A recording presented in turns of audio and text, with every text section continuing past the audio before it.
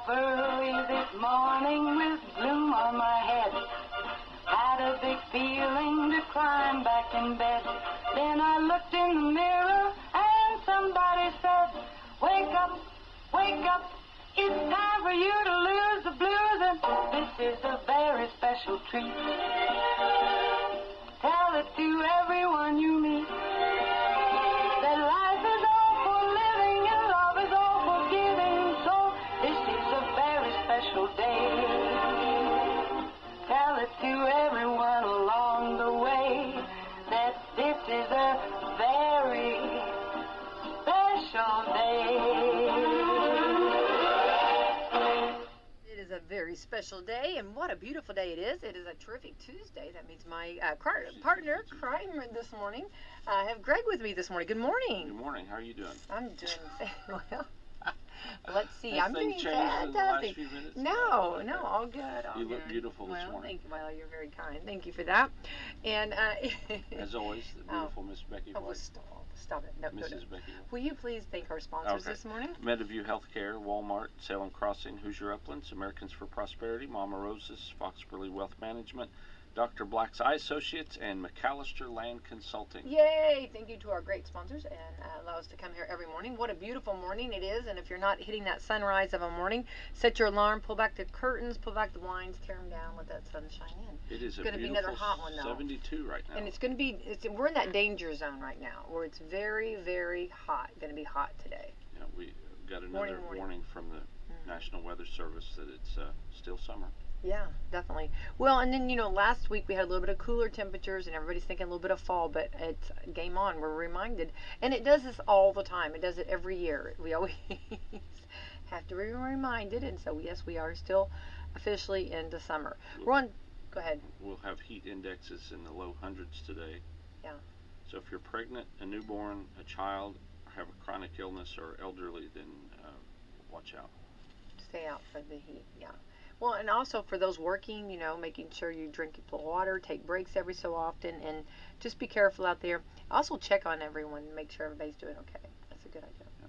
All right, we're on to the 27th day of August. We're going to be talking with our own old Farmer's Almanac. Exciting. But before we get there, let's see what today is. Today is the Duchess Who Wasn't Day. The Duchess Who Wasn't Day. It shows Shrek's wife, Fiona. Fiona. Yeah, I don't know about that. This is Just Because Day. Just because.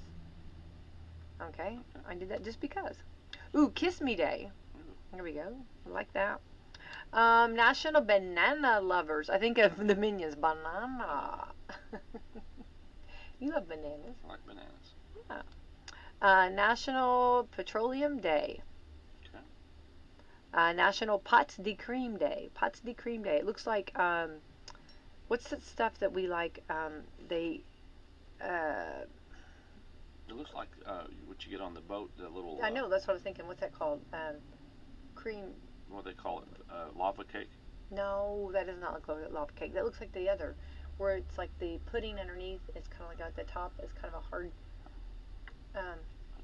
I don't know what it's called. Its name means pot of custard, sorry. Yeah, custard. It'd be the custard underneath. With the part with the top, I know you know, is it custard? Is it, maybe it's melted custard, whatever, but that's what it looks like, yeah. Ooh, Tarzan Day. And I want to name my favorite Tarzan, okay, was the, hang on, I'm going to tell you right now, hang on. Because, and I was a huge fan of Tarzan. Johnny Weissmuller. Am I saying that right? I think that was it. Yeah. Okay. Weissmuller. All right, here we go. We should have Tim Goodwin with us. Good morning, Tim. Good morning. How are you? Fantastic. This is Becky, of course. I also have Greg in the studio with me. How are you today? Doing well. All right, and it's funny, Tim, that we're going to be talking about some winter forecasts, which I love, and I love the Almanac. And for years, our radio station, WSLM, has been a huge part with the Almanac, and we've relied on the Almanac a lot. And you guys are usually 100% on point, but today is going to be a really extremely hot day, so it's kind of funny to be talking about the winter forecast today. Yeah, I mean, it's funny that way because, we do come out at the end of August every year, and, I always think of, like, let's enjoy that last little bit of summer, and fall is my favorite season, but I understand, the winter forecast has been such a big part of what the Almanac has been since, we started in 1792, so I understand why everybody wants to talk about winter, but let's talk about it, but let's hope that it holds off for a while before it rears its head. I like the way you're talking, Tim. Very good. It's fun, though. It's kind of fun. I think, when we're in it, maybe we don't want to talk about it as much, but, on a hot day coming up and it's a terrific Tuesday, let's talk about it and see what is your job with the Almanac, Tim? So I'm the associate editor. I do a little bit of everything. I write. I've got a few stories in this year's Almanac. I do a lot of fact-checking. So, we have a lot of wonderful writers all across the country and Canada that write for us, and some that have, write on a specific topic, others that have been writing for a long time. But, one of the things that makes the Almanac so special and so unique is the trust that our readers have in us. So, we spend a lot of time checking every, growing zone and every height and flower color.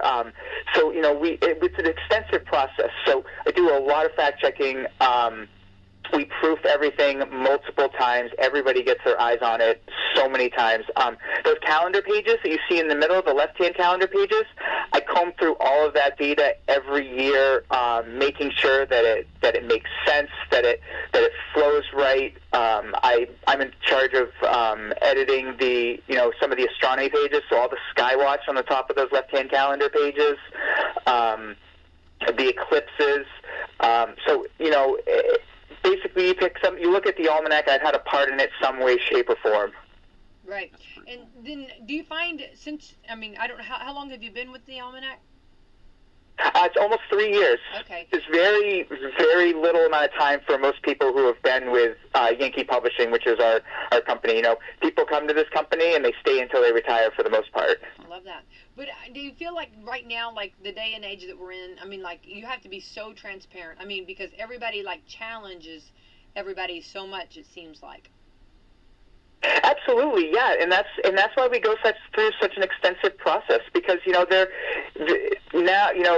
go back 20 years and people didn't have the amount of information and data and everything at their fingertips. So you can read something in the Almanac and you can quickly look it up and to make sure that it's right. So that's why we spend so much time. We want that. We want our readers to challenge us. We want our readers to come to us as a trusted source for this information and these stories and these fun features.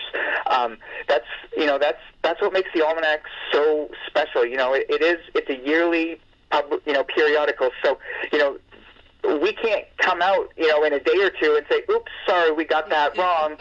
So that's why it takes a full year. We're already working. We've already started working on the 2026 Almanac. So while everybody's picking it up and getting it in their hands today on debut release day, we're already turned the page a while ago and started working on 2026 because of that. Because there's a history to the Almanac. When people see that yellow cover, they remember it growing up and their grandparents introducing it to them and their parents having it around the house. And, those kids have now grown up and, pass that on to the next generation. So, it's really, we feel like it's very important for us to carry on that legacy that Robert B. Thomas founded, well over 200 years ago. Well, and I think so many of our things, you don't get catalogs like you used to. You don't, there's not that. And I think that's what I think we come to love and value so much is the Almanac, because you have stayed the same and the same quality that we've always, have received. And I think that we come to expect that. And I think that's why we love the Almanac so much. Yeah, we're really, it's a balance, right? So we want to keep to that past. We want to keep to what got us started and what has made us so successful for so long. But you also have to be new and fresh. So, while those calendar pages and, the astronomy stuff and the reference pages, a lot of those are in there year after year, different data and different information. But, but to stay relevant, we've got to find these interesting angles to touch upon those topics that people have come to know the almanac to be, gardening and farming and folklore and home remedies. So, finding a new angle, a new twist on things is also important, because people want to pick it up year after year. They want that legacy piece of the almanac, but they want to learn something new too. So, I like to think of the almanac as something as you can pick it up any day of the year and you can learn something, whether it's just, when the sun is rising that day or what you can see in the night sky that month. But, the almanac isn't necessarily something that you have to read cover to cover. You can just put it down on your table, pick it up every day, pick it up every week, learn something, know what to expect, what's coming up, and put it on your calendar, which, we make a lot of great calendars too. So that's the thing that, we have to strike that balance of staying true to what, has made us the Old Farmer's Almanac and that iconic brand, but being, new and fun and different. I always find it there's all kinds of information in there, but the different fun facts and interesting things that's in there, that kind of maybe trivia, is always interesting year after year. Absolutely, yeah. The trends section is really fun, because you get to kind of see what people are talking about, people in specific industries, when it comes to the workforce, when it comes to gardening, housing, and what is being done around your house. I really love, like the mind manglers, because we grab some of those old puzzles that are from the, from years ago in the almanac. The A&P section is just fun. These fun stories that we find people send in to us. So yeah, as I said before, the fun facts are endless in the almanac. You could pick any story and you will learn something new, I promise you, because I do every single year, and it's so fun because my catalog of facts and things that I can pull out at family gatherings or with friends has really grown since I've been at the Almanac. Now, how fun was it when you saw or knew the eclipse was coming up? Oh, yeah. That was such an exciting time. We were so close to the path of totality up here, so I didn't make the trip because I didn't want to spend 10 hours in the car trying to drive an hour, what would normally take about an hour to get home. But we were at about, we were pretty close to the path and where we were in Dublin, and it was pretty neat because a lot of us from the Almanac and a lot of people from our company got together and were outside and we were talking about it, and it was obviously a big topic of conversation coming up, a lot of interviews about it. Some of my coworkers did travel to the path of totality.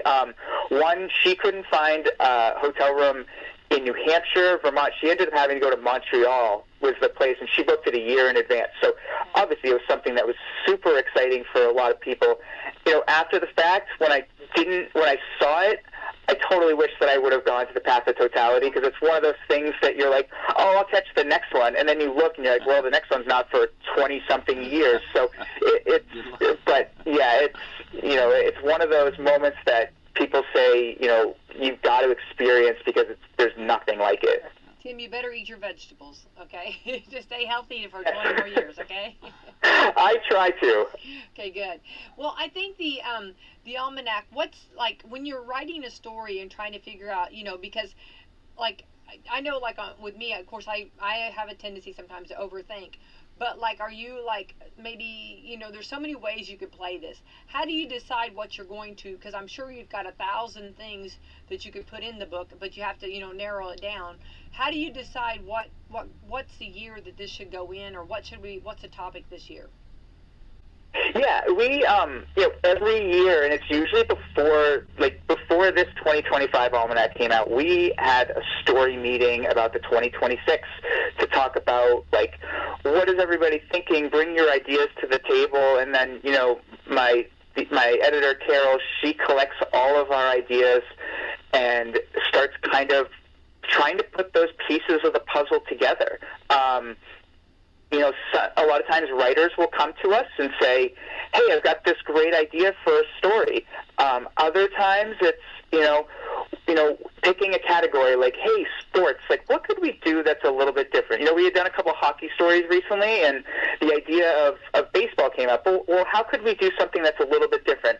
Well, let's start looking into, different angles that could be taken, which is how we eventually got to the Canadian baseball story and how the roots of, America's pastime has, they grow real deep in Canadian soil. So it's really all about that. The Tide story that I have in there this year is something that a former person who worked at the Almanac for many years, it was a story that he had thought about, but then he retired and it just kind of got put to the side, and my old boss came to me and said, hey, what do you think about writing this story? Obviously the ocean is something that people are familiar with, but how could we take a different twist? So let's look at the folklore and these different theories that these great minds of the past had about the explanation of how the rise and the flow of the tides were. So it really, a lot of times they come with just a mention of something, and then it just gets fleshed out from there. And then when I start writing it, when I have like the topic, I just start looking around. It's amazing how quickly a story will take on a different path when you're not so set on this is what I need to write about. That's the beauty of the Almanac, is that there's so much freedom you can have to take twists and turns in your writing. And I try to keep my editor, up to date with, hey, I found this. What do you think? I was thinking this could be a great section. And I have a lot of, goodwill in terms of, if I find something, they say, yeah, investigate, see what you can do. And when I talked about fact-checking before, I'm also my best, I fact-check as I'm going, too. So it's not like I just find something on some random website and I throw it in there. I'm doing my own fact-checking before it even gets to my editor, before I even put it in the first draft of my story. So it's a lengthy process, but one that's really interesting because you never really know what path it's going to take. I have a suggestion for maybe not an article, but just a lot of times in flowers and plants and trees, sometimes there's controversy over the pronunciation, and I'm not sure how you pronounce this, but it's a flower, and is it called peony? Yep, peonies. Yep. Peony. Okay. Well, we're in southern Indiana, and so sometimes people here call them pineys. So there was a phone that was released not too long ago. This is the season for new technology, and a lot of the reviewers they come out with a color that was that they called peony, I guess, if we're going to say it correctly, or piney, but they had no idea how to pronounce that. Yeah, that is funny that we try to put those kind of things in. If it's a tricky pronunciation, we'll try to put that in. And because there are so many flowers, and I'm sure you noticed that we put a lot of, a lot of Latin names in there as well. Yeah. There's so many flowers, and it's so interesting to kind of see what you can put in there. Sometimes there's a flower that you can make it, and it can carry a whole story. Sometimes, you introduce them in certain roundups, depending on, we've got that climate trickery story this year that gives you all these great flowers. It may not stand alone, but, collected as a group really can bring this wonderful, collection of opportunities for people to grow. And when it comes to gardening, we try to just give people the avenue and the tools to do it. We know that not everybody is going to grow all the flowers that we put in here, or vegetables, but you may see something and you're like, hey, my grandmother used to grow that. I've always thought about growing that. If we can inspire somebody just to start with one flower or one vegetable, I think we're doing our job. Right. So give us some of, I know probably you want to save some of the secrets, but what are some of the things we're looking forward to for this year in the Almanac? Oh, into 2025? Yeah. I mean, how much time do you have? As you know, I could talk about this all day long. I mean, it is jam-packed full of really, really great stories. I mean, of course, you've got those, the stuff about, the Skywatch, I think is really interesting. And I've tried to do, better with, because I have two young daughters. They're almost 10 and 6, and they love talking. We'll see the moon, and they start talking about it, and then I'll go back and I'll read in the Almanac about, what stage it's in or what phase, and so that stuff is really great. But I mean, if you want to start a backyard chicken coop, we've got a great story in there about that. Obviously, you want to check with your neighbors, I think, is a good idea before you just throw a coop back there. There's a great story about, it's called Paddling in the Past, and it's about the Boundary Waters area between, it's in Minnesota on the U.S.-Canadian border, and it talks about like how long it took to just map this section of the border. It took 150 years because it's, through lakes and rivers and big rock formations, and you can really only use a canoe. There's no towns, no roads, no nothing through it. Super fascinating. As we talked about, in recent times, winter has been a little funny. With the kind of snow we're getting and the amount of snowfalls, the duration of snowfall. So this avalanche story is really, really fascinating. I know you guys aren't in big mountainous regions, but if something like that, the power of an avalanche and how they happen is interesting to you or to your listeners, that is a super great read, because it makes you it opens your eyes to this power of nature. Well, I think, I don't know. Do you guys have cats? Yeah, absolutely. We've got one sitting here right now. Oh, cool. Yeah, we Cat Curiosities. It's a really, really fun story just about some of those little mannerisms and things that your cat does on maybe a daily basis or every once in a while, and it gives you kind of an idea of, why they do it. There's so much into this. There's a story about gardening by the moon. I love the farmer profiles, because you get to see, farms are so important. People don't always think so much about, like, wow, this, strawberry that I'm buying at, the farmer's market, somebody grew it. Somebody took the time to plant it and nurture it and grow it and bring it to this opportunity for me to buy it. And, these farmer profiles give you really a interesting look at a few farmers around the U.S. and Canada and what they go through and what they've done to kind of reinvent themselves along the way. There is so much in this almanac. I always like to think that there's something for everybody. Well, it really is. Yeah, definitely, Tim. We love our farmers. We're in a rural area, but I think, they feed us, Tim. So, say no more, right? That's a drop the microphone right there. Of course we love that, and we love to hear the stories. But going back on the avalanche, no, I don't think we're going to necessarily have an avalanche in our community, or maybe not in the surrounding communities here, but it's always fascinating, and it's always interesting to hear, because it's like it's in a different world. It is something totally different that we don't experience, but it's always interesting to hear about them. I think that's why I think your topics are very on point for everybody to want to read. And then you have a recipe for caramel corn. Am I seeing that? Yep. That was one of our. This year we put out a call for recipes that, holiday recipes, things that, and the amount of recipes we got was so interesting, because it really, I think it struck with people, because people think of, holidays, family gatherings, recipes that have been passed down through the generations. So this one was a really hard one to choose. We don't always do like a topic like that. Sometimes it's a specific ingredient or an amount of ingredients. But yeah, this recipe contest was really fun.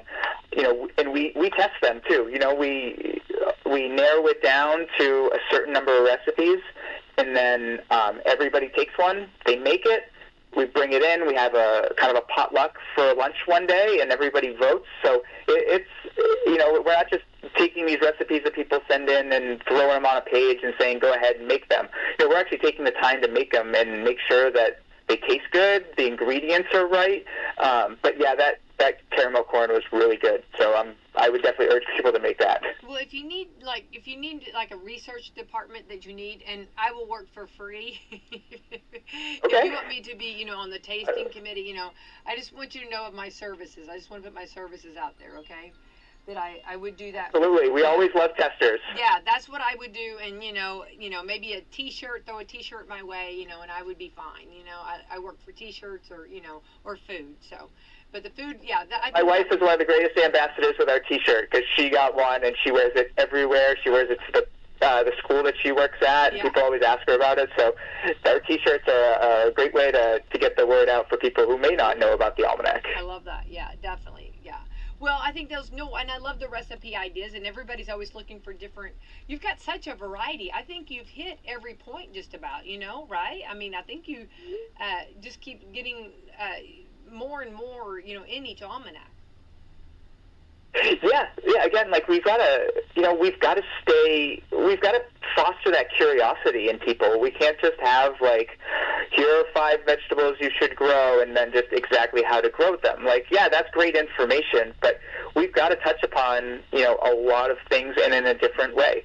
So, yes, we stay true to those topics that have really made the Almanac what it is: astronomy, gardening, farming, food, weather, of course. But again, we gotta find a unique way to get that information out to everybody, and they can take it and have and enjoy it and have it be useful. Because I mean, Robert B. Thomas a long time ago said, we've got to be useful with a pleasant degree of humor. So we need to have that usefulness, but we have to do it in a fun way that people enjoy. And it's the reason everybody comes back year after year. And I mean, you're getting almost 300 pages of information, and you don't see that many. I mean, most publications are shrinking. Yeah, no, I mean, we probably could do a lot more. We could probably put a lot more pages in, but obviously you've got to, there's got to be a balance of finding the right amount of stuff to go in, sticking to what those pages that have been there for years and years. So I think we do strike a nice balance, and it's because of folks like you and our readers who support us and get the word out about the Old Farmer's Almanac that allow us to continue to do what we do well, and allow us to keep the same size periodical year after year, and allows us to grow and try new things. We've put out a series of handbooks. We have a kids' almanac that comes out every other year. Our gardening calendar sells, well over 200,000 copies a year.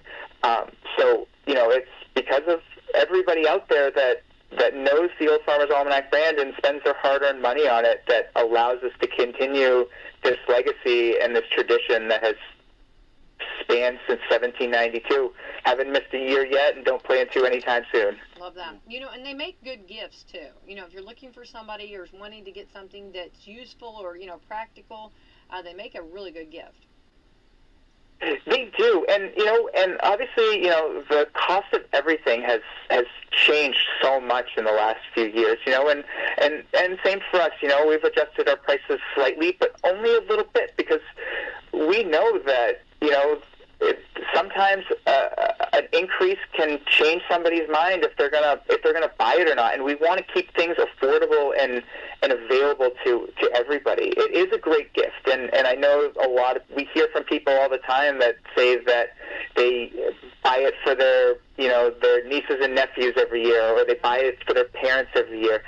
I had somebody who bought a copy of a 2005 almanac because her dad's picture was in it, and they somehow lost the copy of it. He had since passed away. So it's we're even selling the old ones. But yeah, we've got to find a way to keep it available and affordable for everybody, because we want this information in people's hands. We want them to buy it year after year, and it is what keeps us going. Well, I'm just thinking, somebody in their closet has a box and have all of their almanacs stored. You know what I mean? I just know there's a treasure out there somebody's got.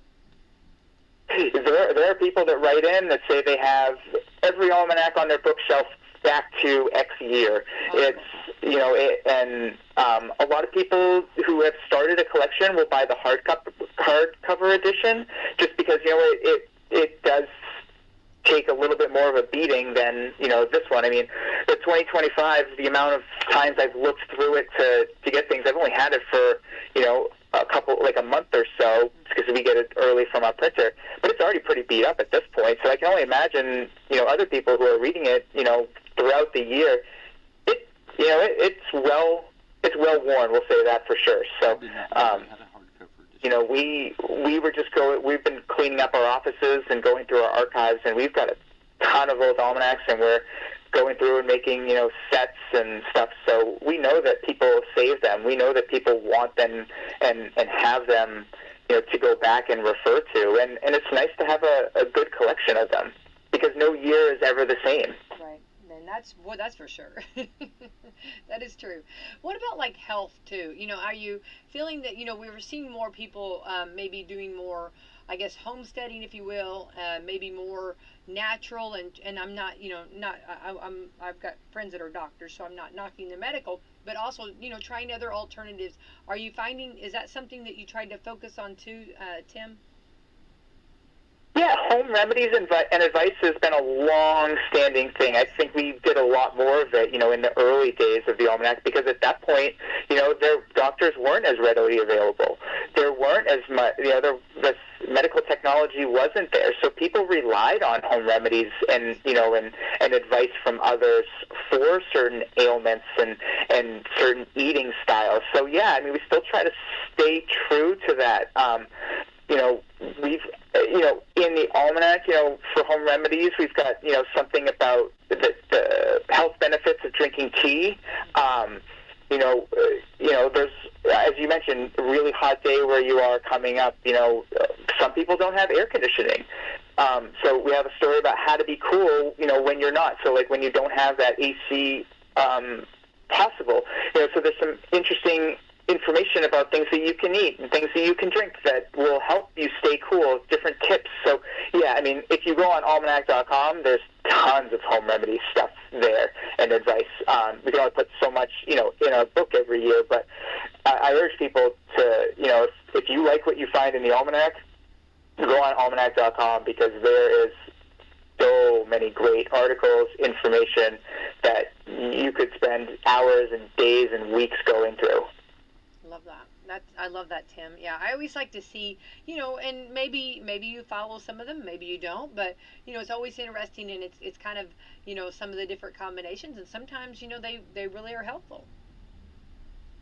Oh yeah, they are. I mean, I've learned a lot going through these books. There's an organization that we work with that does fundraising, and they use our content. So they use a lot of our content from our web. So, you know, not only do I get to go through I get to go through all the information that goes in the Almanac and the calendars and the Kids Almanac, but I also work a lot with the content that's online too. So that's why I know firsthand that there's a lot of great uses, and not just necessarily home remedies, but things that, you know, different things that you have in your pantry that you can use to clean your house, for different uses around the house, salt and vinegar and baking soda, like these things that, you know, you use for certain aspects, mostly for cooking, have so many great uses outside of the kitchen. How to get stains out, all that stuff. Yeah. Yep, that's it. That's right. How to get chewing gum out. Yeah. You know, like wine spills. You know, cleaning your tub. Like, yeah, there's you know, there's so many. You know, I looked up we had fruit flies, and I looked it up on, you know, almanac.com of the correct combination of what to put in a jar and how to do it, and, you know, soon enough we had 25 fruit flies sitting in the bottom. Yeah, no, I love all that, and I think, you know, I think that's how you learn, and learning from each other, you know, and especially it's almost like you're visiting with everybody, and you're, you know, and I'm talking about like the reader, you know, you're becoming a part of everything you read, and all of this is coming all together, and learning from each other. That's what I love that. I love learning from someone else who's already come up with the idea, or who's tried this, and, you know, and this seems to work. But going back to so it comes out today. Is that correct, Tim? It does. Yep. It comes out today, and it'll be the 2025, right? Correct. Yeah. So just to kind of can you give us a little touch of what do we know, like, for the winter, like a little bit? Are we going to have a bad winter, a good winter, or what do we know, or? Sure. Yeah. Where you are, we're predicting, colder than normal.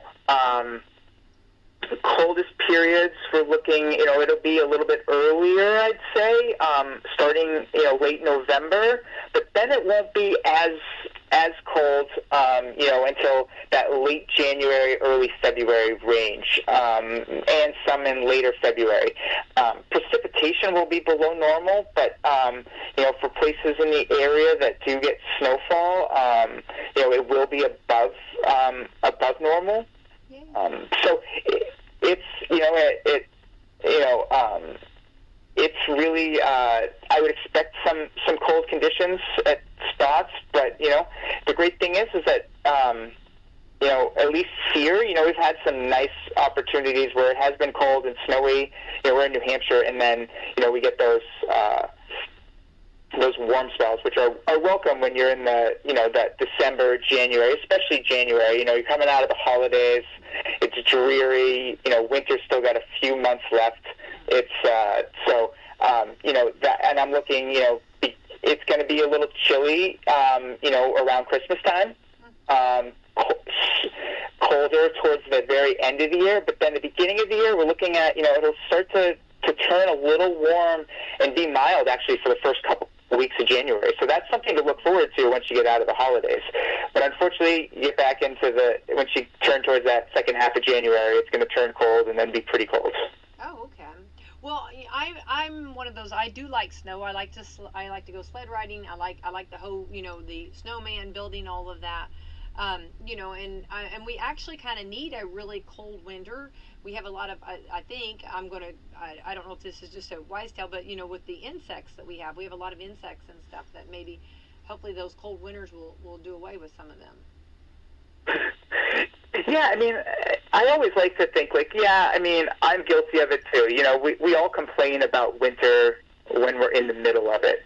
But now, as we're getting towards the end of summer and going into fall and winter's on the horizon, and like I said, I've got a couple of young kids, and they've reinvigorated my love of winter and being outside in the snow and sledding and stuff. So, yeah, but I couldn't imagine living in a place that doesn't have the four seasons. It's something that, we long for it to be summer in the winter, and we complain when it's hot when it's in the summer. So, we just got to kind of take it as it goes. And we all live in a place that has winter for a reason, right?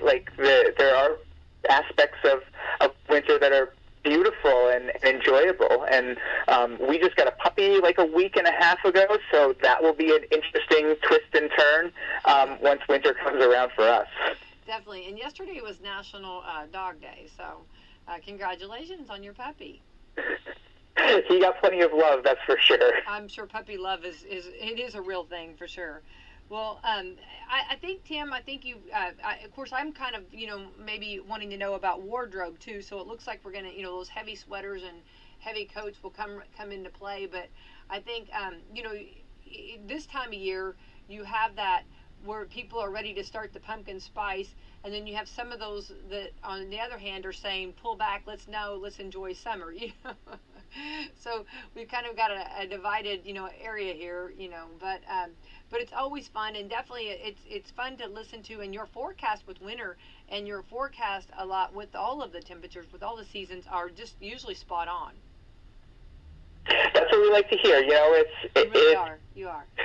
We put these forecasts and predictions are put together well in advance. We're talking, starting the end of 2023, these start getting put together, kind of goes region by region. So, these are long-range forecasts. And, there are times that, you turn on the weather and it says it's going to snow and it doesn't. So it's like, we pride ourselves in doing as best as we can. Traditionally, year over year, 80% accurate is pretty good for us. Yeah. You know, we had some years that are better, some years that aren't so good, but we love hearing when we are spot on, because that's always the goal. I would take 80% accurate. Yeah, that's a good thing. I would too. Well, a few years ago, there was nothing that called for snow, and except for the Almanac. So I went ahead and I, put out there, that it was going to snow and going to have this, and everybody was like, there's, they're not calling for it. There's nothing, that indicates that. And I said, well, the Almanac says it is. So it was so funny. I was a rock star. I was, because it did. A big snow came, and everybody was like, how did you know? And I'm like, the Almanac. Oh, she knows. Oh, she knows. I love to hear that. Yeah. So no, it's true. It's true. It was, yeah. It made me like a rock star for a little bit. But anyway, so I do follow the Almanac, and I like to see. It's interesting, and of course I'm not a weather person, but I do love reading it. And it's kind of fun to see how spot on you guys are. Yeah. That's wonderful to hear. I'm gonna share that tale when I get to the office today. I'm actually at home because today was my kid's first day of school too. So I dropped them off at school and quickly came home for this. So haven't gotten quite to the office yet, but I'm gonna let everybody know. Do you remember what year or no? I'll have to go back. What month it was? I cannot remember. I will have to go back. I have to have a little time. Okay. But if I do, I'll email it to you, Tim. But I'm thinking, okay, so hang on. You've got a full plate here. You've got a child starting school. You got a puppy. You got a lot going on. Yesterday was my wife's first day back at school too. So yeah, we're in a real figuring out part of our life right now. I love it. So we're trying to roll with it and see what happens, and but the kids have been asking for a puppy for a couple of years. Well, what kind did you get? We got to know, Tim. Golden Retriever. It's a little boy. His name is Scout. He is such a great dog, but he's obviously a puppy, so he's into everything and chewing things. I can't imagine what he's doing upstairs right now while I am down here on the phone. So. Oh, there is such a good breed. Wait to find out. You did good though. Yeah, but you're gonna love that breed though. Oh, they're wonderful. Good for you. Well, congratulations on Scout. And it sounds like he's going to just fit in perfect. And I'm sure that maybe Scout will have a story about him somewhere in the Almanac someday. I hope so. Yeah, we'll try to. I'll try to include him, whether it's in a photo of something, or we'll see if we can sneak him in there. So, especially at this point, because he is so stinking cute. I bet, no doubt. Well, Tim, it's always a pleasure talking with the Almanac from you guys, and you guys keep up the great work and keep up your excellence, and you guys do a great job, and we appreciate you being generous with your time this morning and talking with us on Coffee Club. Absolutely. Thank you so much for having me. This was great. Not a better way to start, release day. So always happy to talk about the Almanac, and hopefully, people pick it up and enjoy it as much as we enjoy putting it together. Love that. Yep. All right. Well, we do. Keep doing what you're doing, Tim. Thank you. All right. Thank you. Have a great day. All right. You too. Bye-bye. I was looking through here in the recipe section. I want to give a shout out. They do have a recipe from a lady in Indianapolis. Yay! It's a red, white, and blueberry cheesecake bars. Oh, have mercy. Shelby Trusty from Indianapolis, Indiana. And the lady that sent in the caramel corn recipe was from Port Hope, Ontario. Yeah. Well, I'm thinking those bars, just a couple of hours away up there in Indy, if we need to go test them, I know. It's got fresh raspberries, fresh blackberries, fresh strawberries, fresh blueberries, a little vanilla extract, some eggs, sugar, flour, and cream cheese. So not too difficult. No, I think that's doable. That's a fresh fruit in it, so that's there you go. That's your excuse. health. That's a healthy snack. See, it's healthy. It's a healthy snack. Yeah, I had my veggies. I had my fruit. Yeah, that's good. Well, I think that there's so much fun to read and so much fun. And I'm like him. I think that you just if you set one down like on your coffee table, everybody's always like picking them up and reading them, and I've gave them as gifts, and everybody loves them as gifts. All right, real quick, going back now, I'm going to go back, switch gears. So the Almanac's coming out today. Let's see. Also today we talked about Tarzan Day. This is Touch a Heart Tuesday. Love that. World Rock Paper Scissors Day. So what's the one? Okay. Okay. I was actually playing with Jameson the other day, and he'll do a pause and he'll wait to see what I do. Yeah. And then he'll obviously, so he won, he wins every time. And I told him, I said, you pause. So then I started doing it back, where I paused for him. Okay, rock breaks scissors, paper Wait, hold on, wait. Rock breaks scissors. scissors. Okay. Paper covers rock, and scissors cut paper. So what's the ultimate? Rock. Rock. Rock. That's what I was going to say, yeah. I think But paper can cover rock. So that's winning. So Yeah. paper ultimately, And then unless scissors cut to paper. Yeah. So. So it just depends on what the other one puts up. Is there like a bomb or anything? Two rocks, I guess. 2 rocks. I don't know. On the rocks. How about that? There we go. Anyway, so paper, rock, scissors, yeah. And I wonder how many things are actually, how many decisions and important decisions are made And that way. it was developed in China. In China? Yeah. Did not know that. 206 BC to 220. It was a game that they played back a long time ago. So. Well, it's a game still going strong today. Just if you're doing it with someone and they pause to see what you do, that's that's just not right. And yeah, I was on to him on that. All right, this is fun. The 10, well, not fun, but anyway, this is interesting. The 10 most acceptable reasons to phone call in 2024. Okay, well, first of all, let me just put a blanket statement on this. That I like to talk to the person. You know what I mean? So I think, don't get me wrong, I do text, and sometimes it's easier, but I think picking up the phone, talking, they hear your voice, they hear your tone, they know what you're saying. I think that sometimes it's a good thing. But, okay, young people hate phone calls. A recent poll found 23% of people under 35 never answer the phone. So if you're calling them, you better have a good reason. Okay, so here they, of course, 2,000 people were asked, so they did a poll of 2,000 to name the most acceptable reasons for calling someone instead of texting them. And here they are. Number 1, for a general chat. So you just want to catch up with someone. You do that? I mean, it depends on who it is. No, but I mean, you do call just to chat? No. I mean, I do, but nobody else. Really. Okay, number 2, to inform someone about a tragedy, something that's bad happened, like you would want to call somebody. Yeah, instead of text, you don't want to do it in a text. Number 3, to show support when someone's going through a tough time. Yeah, I definitely think that. Yeah. Number 4, to wish a happy birthday. Well, you definitely want to call during that because you want to sing to them. That deserves a song. I usually get texts. I don't get calls. But for actually, those, sometimes I don't even get that. Not being Charlie Brown or anything. Yeah. But yeah, the grandkids like to be sung to. Yeah, everybody likes to be sung to, especially whenever it's a group singing.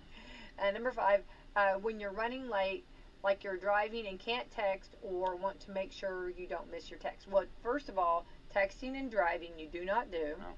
And now we know that actually holding your phone and driving is not legal. That will get you get you pulled over. Yeah. So you need to make sure you have the hands-free phone call going on. Number 6, book things like a hotel or restaurant reservation. Not so much a hotel, I don't think anymore, because you don't have to try to figure out what somebody's saying when you're doing it online, or you don't have to wait. So, but yeah, I think online's quicker now. Hotel or restaurant reservation. We don't go to a lot of places. You have to have a reservation. McDonald's drive-thru. We don't have to have a reservation. Table for 2, please. Preferably over by the window. Bad. Number 7. Looks like you're pretty clear over there. The drive-thru. Number 7, to announce positive news like we're going to have a baby. Yeah, definitely. Instead of a text, that definitely needs a. Well, now they have a reveal party. Yeah, they have a party. Yeah, definitely. Yeah, well, that's the gender reveal. Oh, that's, the gender reveal. But like to usually. But, I've seen a lot of people that are announcing they're going to have a baby when this is cool. Like they will have someone take their phone and like take a photo, and maybe they're sitting by their people they want to tell, and in the photo they'll have like a paper that says we're going to have a baby. Okay. Yeah, have a sign that says we're going to have a baby, and then when they look at the photo, they'll see. Okay. Oh, that was kind of cool. Okay, let's see, calling in sick to work. Yeah, that's better than a text. Mm-hmm. Number 9, when you're lost or you're trying to find someone, like if you're out somewhere trying to meet up. Oh, meet up. Okay. Okay, number 10, to share a negative health update. I think that's better than. Oh. Yeah. The poll found the average adult in 2024 only spends 5.5 minutes a day on the phone now, but if you're young, it's more like 0. 5.5 minutes a day on the phone. I think I'm. Well, that's just talking. Yeah, but Well, yeah. Say you're. That's what It's I'm funny. saying too. Here's all these. They're having to give reasons for people to make phone calls. Well, because that we have these phones, and the actual phone calling is probably the least thing that people do on a phone. Right. But years ago, that was the thing to do. You had a phone. That's all you could do, other than get whacked on the head if you were on there too long or something. Get off the phone. That's why they made cordless phones. I had to wrap it up. Sign off. Mine was a sign off. Yeah. Sign off. It's time to sign off. Well, Becky, I need to use the phone. Time to sign off. Yeah. That's what I heard all the time. It's not 6 o'clock yet, did it? Well, I think that the thing that with the talking versus the call instead of the text is if you're driving, it's easier, or if you just want to talk to that person, it's easier, or that's if you want someone to hear your tone and yeah. So that's kind of. Sometimes you get emails from people or texts and they've got the caps on. And that would indicate maybe that they're. There's somebody that used to do that. I'm not going to name his name, but he would do that, and it was just like, "Are you yelling at me at all times? Yeah. Are you always yelling?" All right. Anything else? Oh. All right. There's probably some stuff here. No, not really. Okay. Does no one stop for school buses anymore? I've got the story. There's an important tip with school starting back. Those stop signs that stick out from the side of the school buses. But fun fact, those mean you're supposed to stop. Officials in Tampa, Florida, have to remind drivers to stop if they see a school bus with a sign extended. That means no matter which way you're coming from, don't pass if you're behind the bus, and don't blow past it if you're coming from the other direction either. It's a safety thing to let kids know that you are crossing. It's a safety thing to let you know kids are crossing. There we go. A lot of buses have cameras on board now that can scan license plates, yes, to catch people doing it. So if you're making sure you don't, a child. If making sure that you don't hit a child is not an incentive enough, you could also get a huge fine. Officials, which I hope that's just not to do. Officials in Tampa announced that in a span of just 4 days this month, 2,391 drivers ignored those stop signs. Please, this is horrible. That's way too many. 2,391 drivers ignored those stop signs and passed school buses anyway. They're doing a grace period until September the 12th, so those people will only get warnings for now. But after that, it's an automatic $225 ticket. I think it ought to be more. I say raise that ticket. I think that there's no excuse for that. Not at all. It's too dangerous, way too dangerous. So. I think that's trouble with a lot of fines. The people that really violate things, it doesn't mean anything to them. Well, I think that, yeah. I mean, we'll just pay the $225. No, I mean, don't do it, And I think majority of our school buses have got the cameras on there, which work out well. I think I want to think in our area though that we do stop for school buses. I see a lot of people, Yeah. I mean, I hope that's true, but I've talked to school bus drivers, and they have said you'd be surprised at the ones that don't stop. But I find that it's so hard. Maybe I just don't want to think that. I think surely not. Surely not. I do. I mean, I don't want to ticket. Well, yeah, but I don't want to hurt a child, no, you know. You don't want to And cause some of an those accident. little ones are so cute. Don't want to cause an accident. Yeah. And some of those little ones are so little. They came out of the womb. They Somebody some of them just came handed out of the womb. The They, backpack's dragging the ground. These yeah, little- they literally gave birth and they're off to school. I'm telling you, that's exactly what happened. Exactly. Just I don't know. Just they grew up too fast. Too fast. One thing back in history, today Mary Poppins premiered at the Chinese Theater in Los Angeles back in 1964, and a year later, 59 years ago, the Beatles got to hang out with Elvis for 3 hours he had a mansion in Beverly Hills, and so they got to hang out in California. That's hilarious. That's pretty cool. You talk about like the world could have exploded. I wonder, like, hanging out, like, do you think like they did some like played some music, did some singing? I mean, think about that. I mean, Don't know. if you were in the room, would you not suggest? Hey man, we really like your music. Oh, thank you very much. Yeah.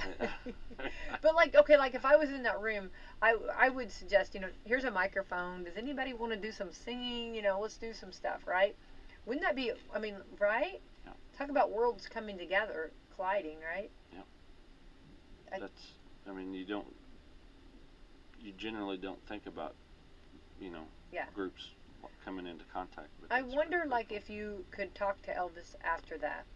I wonder, like, if he had a favorite, like, who was his favorite, I wonder, like, which one he liked the best, or who he connected with the best. I don't know. Right? That's cool. The universe could. I guess I didn't remember, or if I knew that. There's a video. We don't have time now, but Priscilla's talking about it. Oh, that's cool. So she would. So she would have been there. She must have been there. I wonder if she suggested, do you guys want to sing a little? Do you guys want Wouldn't that be a recording? No, I mean that would be just like the ultimate. Yeah. So years ago we did a contest here at Wslm. Dad did, and I think one was Coca-Cola and one was Pepsi, and you were supposed to send in your either your Coca-Cola or your Pepsi bottle tops. So if you were like Beatles, it was Coca-Cola tops. If you were Pepsi, it was Elvis. Now Dad was a huge Elvis fan, so he always said that Elvis won. But no one ever saw. There was never a judge on that, but he always said that he said Elvis won that. So I don't know. That's his story. That's okay. But I do think that would have been really cool to have seen all of them together. Yeah. Oh, or maybe the stories, or yeah, or just yeah. I would hope that there was some instruments in the room, and I would hope that maybe it's so what's really cool about it. Maybe it's something they did on their own, like with the Beatles and Elvis, and they didn't ever share it with anybody else. I mean, maybe that was just their own little bit of a enjoyment, in the moment. Well, there's a lot. I'm sure there's probably a lot of bands that have jammed together over the years that nobody knew about. Yeah. That's pretty cool. Well, I was watching a interview with John Belushi's wife, and she was talking about how they would just come over. People would come over and play, and she said, I went out in the garage and Keith Richards was out there. And they're different ones, and it just. I don't think I've ever gone out in my garage and Keith Richards is out there. Yeah, I love how you doing. I'd scream. I'd have to go hide for a moment. I'd have to hide for a moment, like when Bobby Knight called, and I had to hold on just a moment. I had to run in the other room and scream and then come back. Charlie Daniels is called up. Charlie Daniels, yeah, that was another one I had to go and hide for a second. Pretty I had cool. to pull myself together. Hey, this is Charlie Daniels. And we're like, oh, come on, who is it? No, really, Becky, it's Charlie Daniels. Oh my goodness. He was such a cool guy. Yeah, he was just awesome. Yeah, that's for sure. Yeah. All right, let's see here. Well, we've talked to a lot of really cool ones, that's for sure. All right, we got to get out of here. Time goes by so fast on this Terrific Tuesday. But remember, Almanac's coming out today. great gifts for people or gift for yourself, right? They're about $10, and you could get, if you buy them online, you could get I think it's 10 or 15% off. And I didn't realize they had a hardcover version. Yeah. It makes sense, I guess, but they've got a bunch of different books on there you can order. So anyway. Yeah, really cool. Go to the website, check it out, and get the almanac. Yeah. And you could read about baseball, cats, and astronomy and fishing times. It tells you when to catch the different fish, when to the Catch and release. gestation and mating tables for different animals. Oh, need to know that. Yeah. Horse.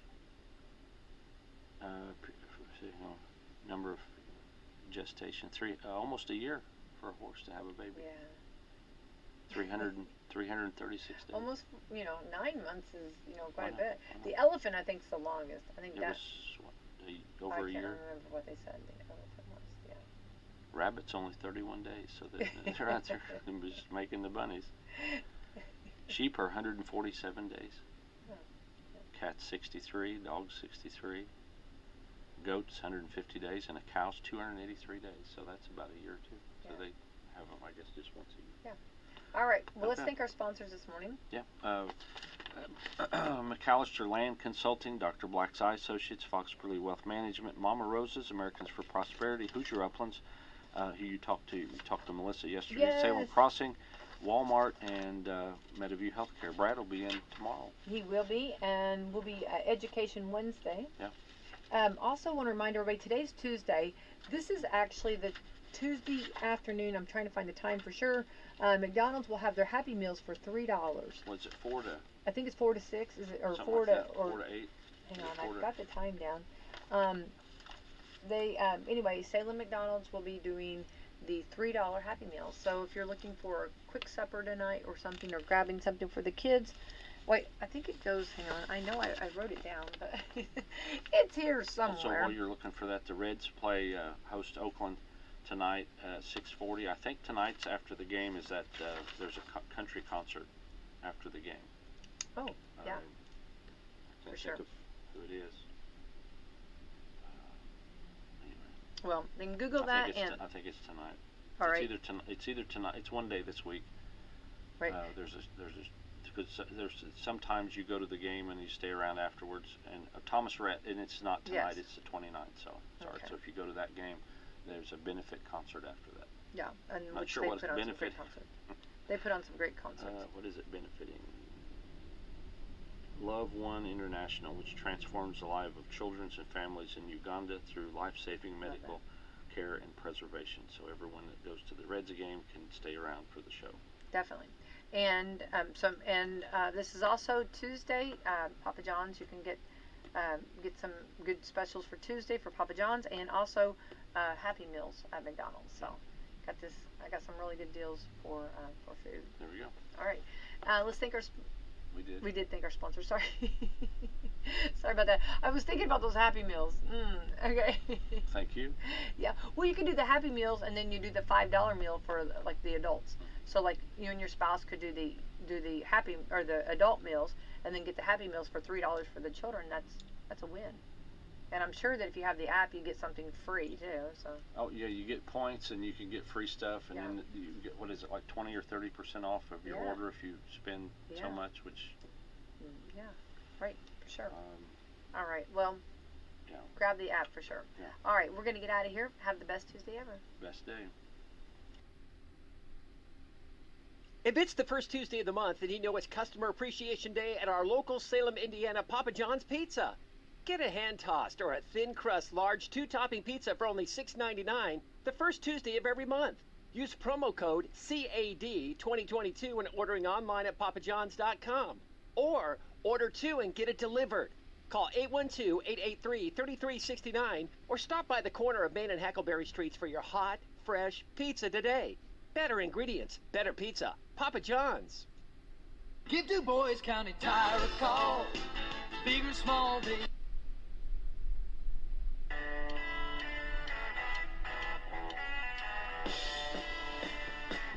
From the Big Boy Studio in Sweet Home, Alabama, to the world, the Rick and Bubba Show. Yeah, we're glad you're here. 6 minutes past. Speedy, the real Greg Burgess, Adler, all here today as the Rick and Bubba Show moves on. So, a couple of things we were hitting. We got into some of the Trump stuff today. Tulsi Gabbard, Democrat for 20 years, endorsing Donald Trump. RFK Jr. has endorsed Donald Trump, but then leaving his name in the states that won't really play a role in this. It's really down to just a few swing states. But the new Trump ad is out now. You know, a lot of people have been rightfully pointing out that Kamala Harris, as Democrats have done in the past, who is, a Marxist on every, every time you look at things she said in the past, you think that, but magically she's starting to change now. And anything that America seems to like about Trump's platform, she's just saying, yeah, me too. Yeah, that's mine. Yeah. I came up with that. Well, you brought up one, Greg. My goodness, she's back to fracking. Oh, yeah. Yeah. I mean, Ready that's to frack. and she might Now, even this be. is a bunch that said we wasn't going to be drilling oil at all by No. 2030. No. Batteries. No, and then she's also apparently starting to be fond of a border wall. Yeah. Yeah, apparently not a bad idea. So the new Trump, a little late. Yeah, the new Trump ad has Kamala Harris debating herself. So here we go. Every